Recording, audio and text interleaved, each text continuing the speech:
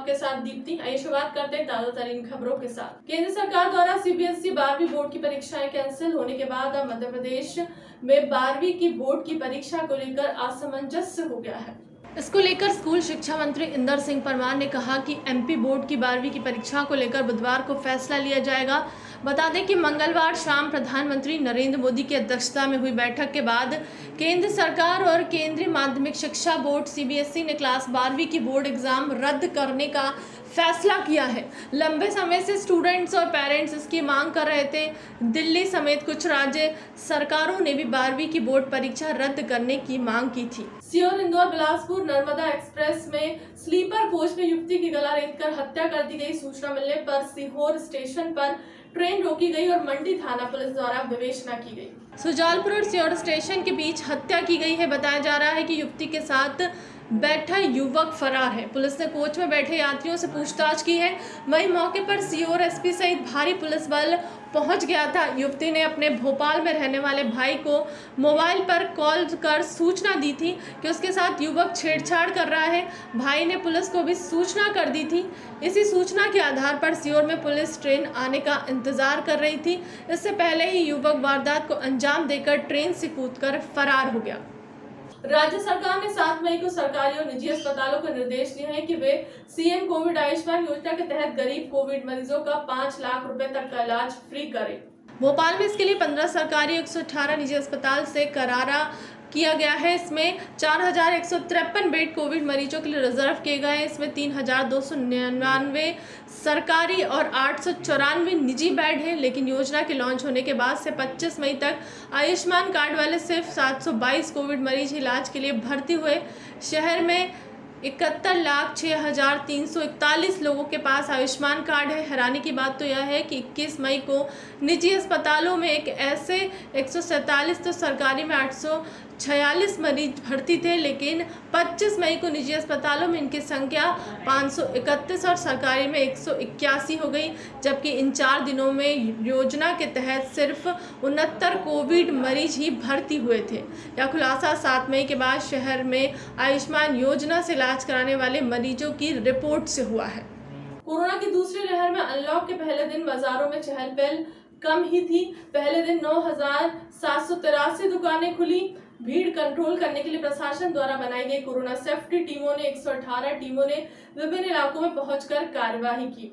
इस दौरान corona protocol का उल्लंघन करने वाली 433 दुकानों को 24 घंटे के लिए सील किया गया। शहर में 50,000 से ज्यादा दुकानें हैं। बावड़िया कला क्षेत्र में सुबह कई ऐसी दुकानें भी खुल गई हैं जिन्हें अभी अनुमति नहीं दी गई। जानकारी मिलने पर प्रशासन ने इन दुकानों को बंद कराया। सोशल डिस्टेंसिंग का पालन नहीं करने पर वार्ड नंबर 42 में सुबह ऑनडोर को सील किया गया। कलेक्टर अविनाश लवानिया और डीआईजी इरशाद वली ने बाजारों का निरीक्षण किया।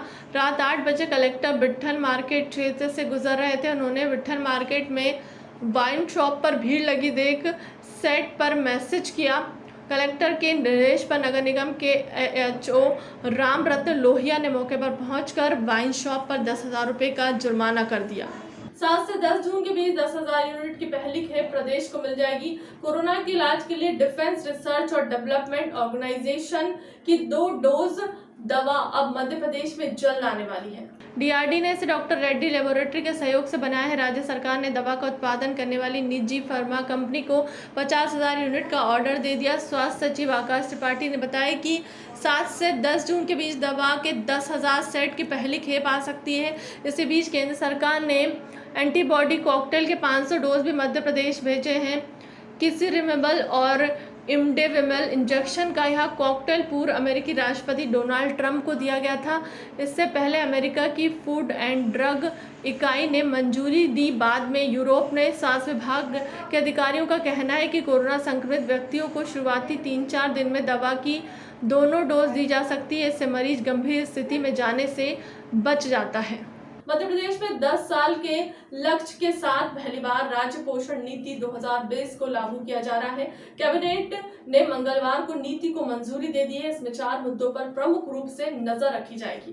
प्रति 1 लाख पर माताओं की मौतों की दर अभी 173 है, जिससे घटकर 70 करना है। प्रति 1000 पर बाल मृत्यु दर को 56 से घटाकर 25 पर लाना है। बच्चियों में एनीमिया के प्रतिशत को 53.2 से कम करके 2030 तक 25% करना है। इसी कारण पोषण को भी बढ़ावा देना है।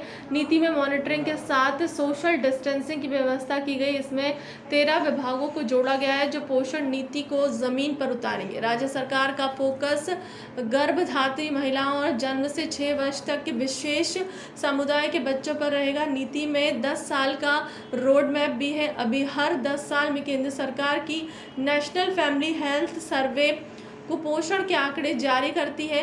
मध्य प्रदेश हर साल करेगा, साथ ही हर 2 साल में सोशल ऑडिट भी कराएगी।